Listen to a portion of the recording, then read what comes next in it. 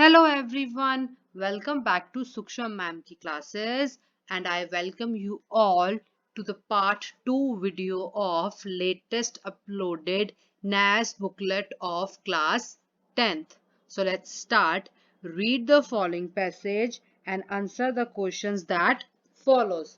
Passage ਨੂੰ ਧਿਆਨ ਨਾਲ ਪੜੋ ਤੇ ਉਸ ਤੋਂ ਬਾਅਦ ਲਿਖੇ ਹੋਏ ਕੁਐਸਚਨਸ ਨੂੰ ਤੁਸੀਂ ਆਨਸਰ ਕਰਨਾ ਹੈ।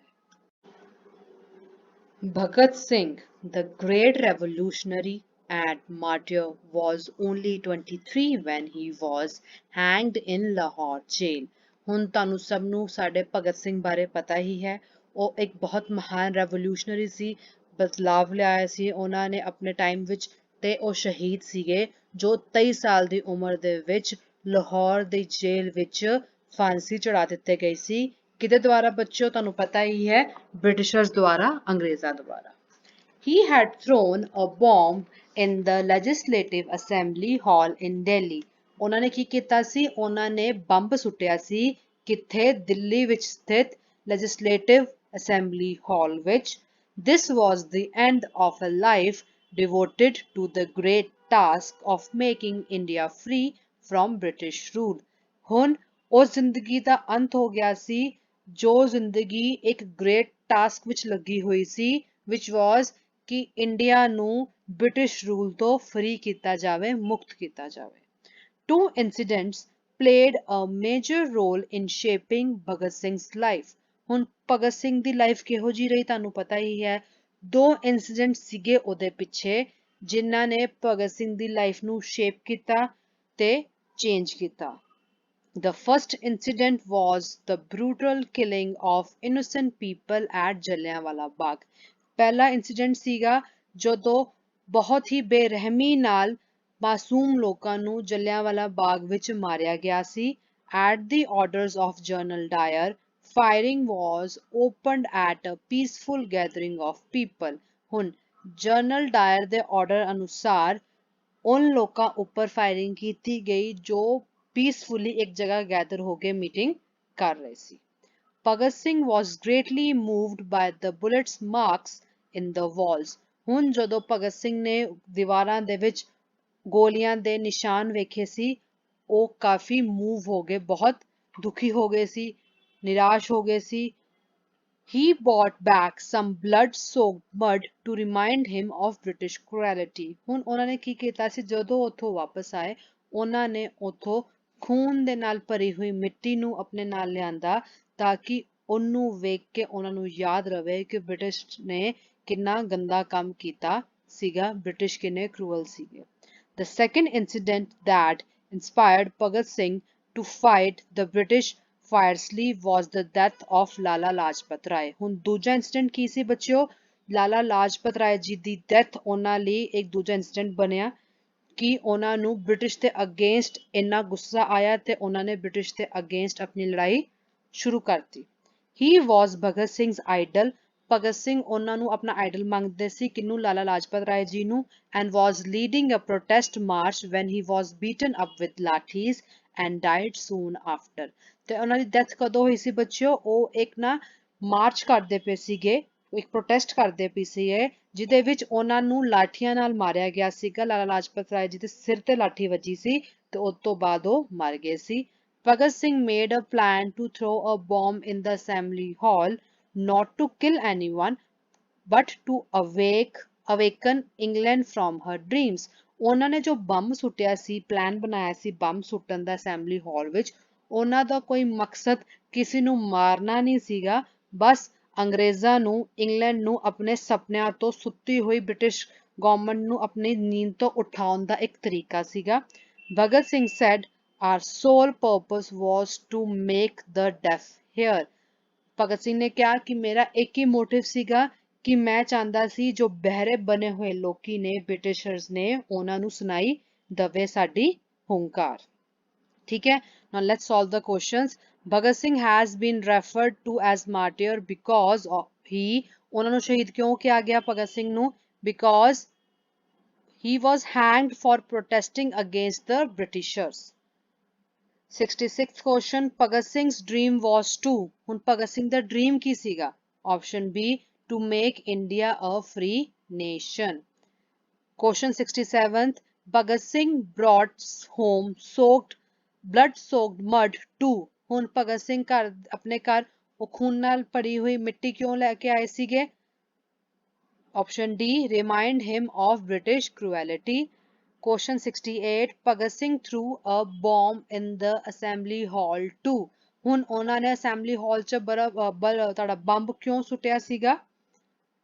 Option B, to warn the British government. ਉਹ British government ਨੂੰ ਉਹ ਬੰਬ ਦੇ ਰਾਹੀਂ warn ਕਰਨਾ ਚਾਹੁੰਦੇ ਸੀ।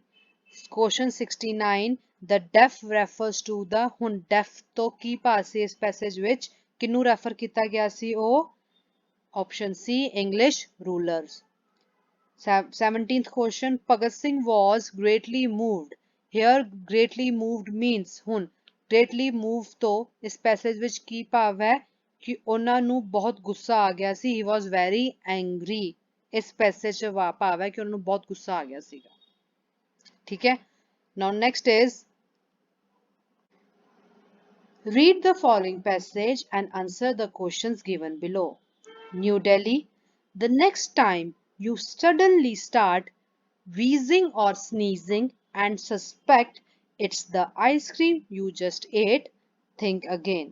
ਹੁਣ ਨਿਊ ਦਿੱਲੀ ਦੀ ਗੱਲ ਹੋ ਰਹੀ ਹੈ ਕਿ ਜੇ ਕਦੀ ਤੁਹਾਨੂੰ ਅਚਾਨਕ ਛਿੱਕ ਆਵੇ ਜਾਂ ਤੁਹਾਨੂੰ ਖਾਂਸੀ ਜੀ ਫੀਲ ਹੋਵੇ ਜਾਂ ਸਨੀਜ਼ਿੰਗ ਜਿਹਾ ਲੱਗੇ, ਐ ਨਾ ਸੋਚਣਾ ਕਿ ਤੁਹਾਨੂੰ ਆਈਸਕ੍ਰੀਮ ਦੇ ਕਾਰਨ ਇਹ ਚੀਜ਼ ਹੋਈ ਹੈ। ਡੋਂਟ ਸਸਪੈਕਟ ਕਿ ਤੁਹਾਡੇ ਆਈਸਕ੍ਰੀਮ ਨੇ ਤੁਹਾਡੀ ਇਹ ਹਾਲਤ ਕੀਤੀ ਹੈ। ਤੁਸੀਂ ਸੋਚ ਰਹੇ ਹੋ ਤਾਂ ਥਿੰਕ ਅਗੇਨ, ਫਿਰ ਸੋਚੋ। It may in fact be something as routine as the air you are breathing it. ਹੋ ਸਕਦਾ ਹੈ ਕਿ ਇਹ ਕੌਣ ਕਰ ਰਿਹਾ ਹੈ? ਉਹ ਹਵਾ ਕਰ ਰਹੀ ਹੈ ਜੋ ਤੁਸੀਂ ਨਾਰਮਲ ਰੂਟੀਨ ਵਿੱਚ ਸਾਹ ਦੇ ਰਾਹੀਂ ਅੰਦਰ ਖਿੱਚਦੇ ਹੋ। A survey was conducted jointly by Center of Science and Environment CSE and Indian Council of Medical Research in India and South Asia. ਹੁਣ ਇੱਕ ਸਰਵੇ ਕੀਤਾ ਗਿਆ ਸੀਗਾ jointly, ਇਕੱਠੇ ਦੋ ਜਾਣਿਆਂ ਦੇ through, Center of Science and Environment and second was Indian Council of Medical Research in India and South Asia.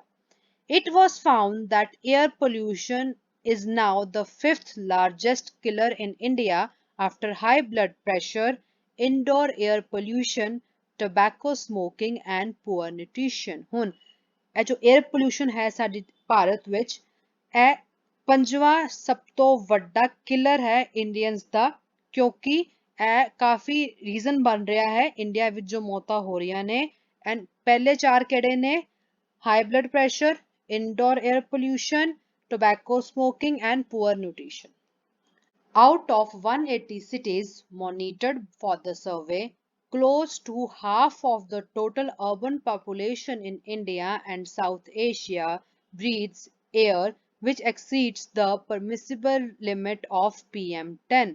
ਹੁਣ ਉਹ ਕਹਿ ਰਹੇ ਨੇ ਕਿ 180 cities ਵਿੱਚ ਸਰਵੇ ਕੀਤਾ ਗਿਆ, ਉਹਨੂੰ ਮੋਨੀਟਰ ਕੀਤਾ ਗਿਆ, ਤੇ ਹਾਫ ਤੋਂ ਜ਼ਿਆਦਾ ਅਰਬਨ ਪਾਪੂਲੇਸ਼ਨ ਜੋ ਇੰਡੀਆ ਦੀ ਹੈ, ਸਾਊਥ ਏਸ਼ੀਆ ਦੀ ਹੈ, ਉਹ ਇਹੋ ਜੀ ਹਵਾ ਬਰੀਥ ਕਰ ਰਹੀ ਹੈ ਜਿਹਦੀ ਪਰਮਿਸਿਬਲ ਰੇਟ ਸਿਰਫ ਮਤਲਬ ਕਿ ਹੋਣੀ ਚਾਹੀਦੀ ਹੈ PM10, ਬਟ ਉਸ ਤੋਂ ਜ਼ਿਆਦਾ ਪੋਲਿਊਸ਼ਨ ਹਵਾ ਵਿੱਚ ਹੈ। 1/3 of urban Indians are living in such critically polluted area. ਜੋ ਇੰਡੀਆ ਦੀ ਪਾਪੂਲੇਸ਼ਨ ਹੈ ਅਰਬਨ ਏਰੀਆ ਵਿੱਚ, ਉਹਦੀ 1/3 ਲੋਕੀ critically polluted, ਕਿ ਬਹੁਤ ਗੰਦੇ ਤਰੀਕੇ ਨਾਲ, ਬਹੁਤ ਭਿਆਨਕ ਤਰੀਕੇ ਨਾਲ ਪੋਲਿਊਸ਼ਨ ਜਿਸ ਏਰੀਆ ਵਿੱਚ ਫੈਲਿਆ ਹੋਇਆ ਹੈ ਉਹਦੇ ਵਿੱਚ 1/3 ਅਰਬਨ ਇੰਡੀਅਨਸ ਰਹਿ ਰਹੇ ਨੇ। No one can escape the effect of toxic air. ਜ਼ਹਿਰੀਲੀ ਹਵਾ ਤੋਂ ਕੋਈ ਵੀ ਨਹੀਂ ਬਚ ਸਕਦਾ, ਉਹਦੇ ਇਫੈਕਟਸ ਤੋਂ ਕੋਈ ਵੀ ਨਹੀਂ ਬਚ ਸਕਦਾ। Hence, there is a need to act urgently to reduce risk to public health, particularly among children, elderly and poor. ਹੁਣ ਉਹ ਕਹਿ ਰਹੇ ਨੇ ਕਿ ਸਾਨੂੰ ਜ਼ਰੂਰਤ ਹੈ ਐਕਟ ਕਰਨ ਦੀ ਅਰਜੈਂਟ ਬੇਸਿਸ 'ਚ, ਤਾਂ ਕਿ ਅਸੀਂ ਜੋ ਸਾਡੀ ਜਿਹੜੀ ਪਬਲਿਕ ਹੈਲਥ ਰਿਸਕ 'ਚ ਪੈ ਰਹੀ ਹੈ, ਸਾਡੇ ਚਿਲਡਰਨ ਜੋ ਰਿਸਕ 'ਚ ਪੈ ਰਹੇ ਨੇ, ਬਜ਼ੁਰਗ ਲੋਕ ਰਿਸਕ 'ਚ ਪੈ ਰਹੇ ਨੇ, ਇਹਨਾਂ ਨੂੰ ਘਟਾਇਆ ਦਿੱਤਾ ਜਾਵੇ। ਜੋ ਗਰੀਬ ਬੰਦਾ ਵੀ ਰਿਸਕ 'ਚ ਆ ਰਿਹਾ ਹੈ, ਇਹ ਸਭ ਕੁਝ ਘਟਾਇਆ ਜਾਵੇ। ਸਾਨੂੰ ਅਰਜੈਂਟਲੀ ਕੁਝ ਐਕਟ ਕਰਨਾ ਪਏਗਾ, ਐਕਸ਼ਨ ਕਰਨਾ ਪਏਗਾ। Now let's solve the question. The passage is about, ਹੁਣ ਇਹ passage ਕਿਹਦੇ ਬਾਰੇ ਹੈ? Option A, environmental pollution. Next is question 72. Wheezing and sneezing are caused by. ਹੁਣ wheezing ਤੇ sneezing ਕਿਹਦੇ ਕਾਰਨ ਹੁੰਦੀ ਹੈ? Option B, inhaling toxic air. Question 73. Which of the following statements is true? केड़ी statement सही है? Option C is your answer. 1/3 of people living in urban areas are affected by air pollution. Question 74. Which of the following statements is not true? ਹੁਣ केड़ी statement सही नहीं है? 180 cities are monitored for the survey. है भी correct है. Pollution is one of the major killer of India. है भी सही सी. The air which exceeds PM100 limit is dangerous. The most correct. Almost half of Indian population breathes polluted air. Option D is your answer. A right नहीं है because उन्होंने क्या सीगा कि 1/3 of urban Indians. ठीक है, आ आएगा इत्थे. Next. The word exceeds as used in the passage implies something which is. ਹੁਣ exceed तो की ਭਾਵ ਹੈ? ਇੱਥੇ ਹੈ exceed means option A, more than. Now let's move forward. Read the following poster and answer the questions that follows. Let us join hands to end child labor. आओ ਅਸੀਂ ਸਾਰੇ ਹੱਥ ਮਿਲਾਈਏ ਕਿਹਦੇ ਲਈ? ਕੀ ਖਤਮ ਕਰਨ ਲਈ? ਚਾਈਲਡ ਲੇਬਰ, ਜੋ ਬੱਚਿਆਂ ਕੋਲੋਂ ਛੋਟੀ ਉਮਰ ਵਿੱਚ ਕੰਮ ਕਰਾਇਆ ਜਾਂਦਾ ਹੈ ਉਹਨੂੰ ਖਤਮ ਕੀਤਾ ਜਾਵੇ. Children shouldn't work on fields but on dreams. ਬੱਚਿਆਂ ਨੂੰ ਫੀਲਡ 'ਚ ਖੇਤਾਂ ਤੇ ਕੰਮ ਨਹੀਂ ਕਰਨਾ ਚਾਹੀਦਾ, ਆਪਣੇ ਸੁਪਨਿਆਂ ਉੱਪਰ ਕੰਮ ਕਰਨਾ ਚਾਹੀਦਾ ਹੈ. Small hands handle a pen better. ਜੋ ਸਾਡੇ ਬੱਚਿਆਂ ਦੇ ਛੋਟੇ ਛੋਟੇ ਹੱਥ ਹੈ ਉਹ ਪੈਨ ਨੂੰ ਬੈਟਰ ਹੋਲਡ ਕਰ ਪਾਣਗੇ rather than ਜੋ ਟੂਲਸ ਉਹਨਾਂ ਨੂੰ ਦੇ ਦਿੱਤੇ ਜਾਂਦੇ ਨੇ ਬਚਪਨ ਵਿੱਚ ਕੰਮ ਕਰਨ ਲਈ. Lend your support to abolish child labor. ਹੁਣ ਤੁਸੀਂ ਆਪਣੀ ਸਪੋਰਟ ਕਰੋ, ਸਪੋਰਟ ਦਵੋ ਸਾਨੂੰ ਤਾਂ ਕਿ ਅਸੀਂ ਚਾਈਲਡ ਲੇਬਰ ਨੂੰ ਖਤਮ ਕਰ ਸਕੀਏ, abolish ਕਰ ਸਕੀਏ. Educated child, better nation. Illiterate child, backward nation. ਜੇ ਬੱਚੇ ਸਾਡੇ ਜਿਹੜੇ ਹੈਗੇ ਨੇ ਸਾਡੇ ਦੇਸ਼ ਦੇ ਉਹ ਪੜ੍ਹੇ ਲਿਖੇ ਹੋਣਗੇ ਤਾਂ ਇੱਕ ਬੈਟਰ ਨੇਸ਼ਨ ਆਏਗਾ, ਫਾਰਵਰਡ ਹੋਏਗਾ, ਡਿਵੈਲਪ ਹੋਏਗੀ ਕੰਟਰੀ. ਜੇ ਬੱਚੇ ਇਲਟਰੇਟ ਹੋਣਗੇ, ਅਨਪੜ੍ਹ ਹੋਣਗੇ ਤਾਂ ਸਾਡਾ ਨੇਸ਼ਨ ਬੈਕਵਰਡ ਹੀ ਜਾਏਗਾ, ਪਿੱਛੇ ਹੀ ਜਾਏਗਾ, ਉਹ ਡਿਵੈਲਪ ਨਹੀਂ ਹੋ ਪਾਏਗਾ. If you find any child working anywhere, report it to local police station or pencil postal at www.pencil.gov.in. ਜੇ ਤੁਹਾਨੂੰ ਕਿਤੇ ਵੀ ਬੱਚਾ ਕੋਈ ਕੰਮ ਕਰਦਾ ਨਜ਼ਰ ਆਉਂਦਾ ਹੈ ਤੁਹਾਡੇ ਕੋਲ ਇਹ ਦੋ ਆਪਸ਼ਨਸ ਨੇ, ਤੁਸੀਂ ਇਨ ਦੋਨਾਂ ਵਿੱਚ ਰਿਪੋਰਟ ਕਰ ਸਕਦੇ ਹੋ as per your choice. Say no to child labor hashtag ਲੱਗਿਆ ਹੋਇਆ ਹੈ and they are saying ਕਿ ਅਸੀਂ ਚਾਈਲਡ ਲੇਬਰ ਨੂੰ no ਕਹੀਏ, ਮਨਾ ਕਰੀਏ. ਕਿੰਨੇ ਲਾਗੂ ਕੀਤਾ ਹੈ? Ministry of labour and employment, Bharat ਸਰਕਾਰ, ਗਵਰਨਮੈਂਟ ਆਫ ਇੰਡੀਆ. ਵੈਬਸਾਈਟ ਦਾ ਨਾਮ ਹੈ, ਟਵਿੱਟਰ ਹੈਂਡਲ ਹੈ ਤੇ ਫੇਸਬੁੱਕ ਅਕਾਊਂਟ ਦਾ ਵੀ ਨਾਮ ਦਿੱਤਾ ਹੋਇਆ ਹੈ. Now let's read the questions. Question 76. The poster is for making the people aware against. ਹੁਣ ਕਿਹਦੇ ਬਾਰੇ ਅਵੇਅਰ ਕੀਤਾ ਜਾ ਰਿਹਾ ਲੋਕਾਂ ਨੂੰ ਇਸ ਪੋਸਟਰ ਰਾਹੀਂ? Option D, child labor. Question 77. Ajay saw a child working at a factory. He complained against it at dash postal. ਹੁਣ ਕਿਹੜਾ postal address ਸੀਗਾ? Option C, www.pencil.gov.in. What should a child be doing? ਹੁਣ ਬੱਚੇ ਨੂੰ ਕੀ ਕਰਨਾ ਚਾਹੀਦਾ ਹੈ? Option A, going to school. What can a child do better? ਉਹ ਕੀ better ਕਰ ਸਕਦਾ ਹੈ? Option A, hold a pen. Last is, why a child should study and not do labor? क्यों बच्चे ਨੂੰ ਪੜ੍ਹਨਾ ਚਾਹੀਦਾ ਹੈ rather than क्यों labor as a labor ਉਹ ਕੰਮ ਕਰੇ? It's option D, all of the above. Nation the we betterment ਹੋਏਗੀ, development ਹੋਏਗੀ, ਬੱਚੇ ਦਾ future ਵੀ bright ਹੋਏਗਾ. That's why option D, all of the above. Help these passengers catch their flight. Use the table to answer the questions below. ਹੁਣ ਇਸ table ਨੂੰ ਸਮਝਦੇ ਹਾਂ ਤੇ ਉਸ ਤੋਂ ਬਾਅਦ mentioned questions ਨੂੰ ਅਸੀਂ answer ਕਰਾਂਗੇ. ਹੁਣ ਕਿਹੜੇ ਕਿਹੜੇ section ਨੇ? Day, flight number, from, to, depart, arrive. Day ਕਿਹੜੇ ਨੇ? Monday, Wednesday, Saturday, Sunday. Flight number AB 123, DC 567, SF 899 and TR 765. ਹੁਣ ਜੋ AB-123 ਫਲਾਈਟ ਹੈ ਉਹ ਟੋਕੀਓ ਤੋਂ ਚੱਲਦੀ ਹੈ ਤੇ ਇੰਡੀਆ ਲੈਂਡ ਕਰਦੀ ਹੈ। ਟੋਕੀਓ ਤੋਂ ਉਹ 9 ਵਜੇ ਚੱਲਦੀ ਹੈ ਸਵੇਰ ਦੇ ਤੇ ਸਵੇਰੇ ਹੀ ਉਹ 11:45 AM ਤੇ ਇੰਡੀਆ ਪਹੁੰਚ ਜਾਂਦੀ ਹੈ। DC-567 ਫਲਾਈਟ ਜੋ ਹੈ ਉਹ ਲੰਡਨ ਤੋਂ ਚੱਲਦੀ ਹੈ, ਉਡਾਨ ਭਰਦੀ ਹੈ ਤੇ ਸ਼੍ਰੀਲੰਕਾ ਪਹੁੰਚਦੀ ਹੈ। ਇੱਕ ਵੀ ਮਤਲਬ ਕਿ 1:20 PM ਦੁਪਹਿਰੇ ਉਹ ਆਪਣੀ ਫਲਾਈਟ ਰਿਜ਼ਿਊਮ ਹੁੰਦੀ ਹੈ ਲੰਡਨ ਤੋਂ ਤੇ ਲੈਂਡ ਕਰਦੀ ਹੈ ਸ਼੍ਰੀਲੰਕਾ 'ਚ 8:40 PM। SF-899 from Japan to America, timing 10:25 PM ਰਾਤ ਦੀ ਗੱਲ ਹੋ ਰਹੀ ਹੈ to 3:25 AM ਸਵੇਰੇ 3:25 ਤੇ 3:25 ਤੇ ਇਹ ਅਮਰੀਕਾ ਪਹੁੰਚਦੀ ਹੈ। ਲਾਸਟ ਇਜ਼ TR-765 ਜੋ ਪੈਰਿਸ ਤੋਂ ਚੱਲਦੀ ਹੈ ਤੇ ਕੈਨੇਡਾ ਲੈਂਡ ਕਰਦੀ ਹੈ। ਪੈਰਿਸ ਤੋਂ ਇਹ 6:20 AM ਤੇ ਟੇਕ ਆਫ ਕਰਦੀ ਹੈ ਤੇ 9:40 AM ਹੈ ਕੈਨੇਡਾ 'ਚ ਲੈਂਡ ਕਰ ਜਾਂਦੀ ਹੈ। ਠੀਕ ਹੈ, ਈਜ਼ੀ ਹੈ। ਹੁਣ ਨਾਓ let's solve the questions. Bill is traveling to America on Saturday. What is his flight number? ਹੁਣ ਅਮਰੀਕਾ ਸੈਟਰਡੇ ਵਾਲੀ ਅਸੀਂ ਫਲਾਈਟ ਵੇਖਣੀ ਹੈ ਜੋ ਸੈਟਰਡੇ ਨੂੰ ਅਮਰੀਕਾ ਜਾ ਰਹੀ ਹੈ। ਠੀਕ ਹੈ, ਕਿਹੜੀ ਹੈ? SF-899. Option C is your answer. George needs to fly from Paris to Canada. How long will it take? ਹੁਣ ਜੌਨ ਜੋ ਹੈ ਉਹ ਪੈਰਿਸ ਤੋਂ ਕੈਨੇਡਾ ਜਾ ਰਿਹਾ ਹੈ, ਕਿੰਨਾ ਟਾਈਮ ਲੱਗੇਗਾ? 6:20 ਤੇ ਫਲਾਈਟ ਸ਼ੁਰੂ ਹੋਈ ਹੈ, 7:20, 8:20, 9:20 3 ਘੰਟੇ ਇਹ ਹੋ ਗਏ। ਹੁਣ 25, 30, 35, 40 5, 10, 15, 20 3 hours 20 minutes। ਹੁਣ ਇੱਥੇ ਆਪਸ਼ਨ ਹੀ ਨਹੀਂ ਹੈਗਾ, ਤੁਹਾਨੂੰ ਕੀ ਟਿਕ ਕਰੀਏ? ਅਸੀਂ ਕੁਝ ਟਿਕ ਨਹੀਂ ਕਰਾਂਗੇ। Next, where does flight DC-567 go? ਹੁਣ ਜਿਹੜੀ ਫਲਾਈਟ ਹੈਗੀ ਹੈ DC-567 ਉਹ ਕਿੱਥੇ ਜਾਂਦੀ ਹੈ? ਸ਼੍ਰੀਲੰਕਾ ਜਾਂਦੀ ਹੈ। Option B। If Harry travels from London to Sri Lanka and Sam travels from Tokyo to India, who has a longer flight? ਹੁਣ ਇਨ ਦੋਨਾਂ ਵਿੱਚੋਂ ਕਿਹੜੀ ਫਲਾਈਟ ਲੰਬੀ ਹੈ? ਲੰਡਨ ਟੂ ਸ਼੍ਰੀਲੰਕਾ ਵਾਲੀ ਕਿ ਟੋਕੀਓ ਟੂ ਇੰਡੀਆ ਵਾਲੀ? ਪਹਿਲੇ ਵੇਖਦੇ ਹਾਂ ਲੰਡਨ ਟੂ ਸ਼੍ਰੀਲੰਕਾ, ਹੁਣ ਇਹ ਦੋਨੋਂ ਹੀ ਹੈ।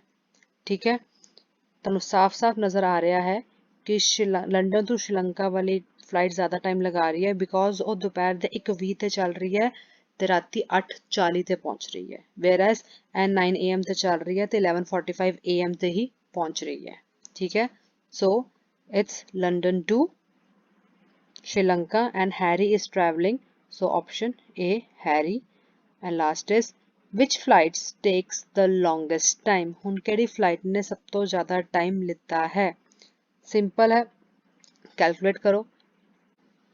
9 to 11:45 means 2 hours 45 minutes. 1:20 to 8:40 that means 2:20, 3:20, 4:20, 5:20, 6:20, 7:20, 8:20 7 hours हो गए plus 20 7 hour 20 minutes.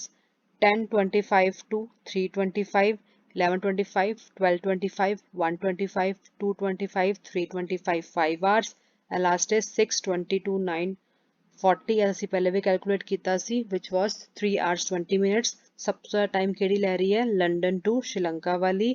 Flight number ਹੈ DC-567, option B. Okay, with this part 2 of latest uploaded NAS booklet comes to an end. ਬਾਕੀ remaining ਮੈਂ part 3 ਚ solve ਕਰਾਂਗੀ because ਇਸ video ਵਿੱਚ ਮੈਂ 4 comprehension solve ਕੀਤੀਆਂ ਨੇ ਤਾਂ I don't want you to tire yourself। ਇਹਨਾਂ 4 ਦੀ practice ਕਰੋ and I will see you in another video. Till then, goodbye and have a nice day.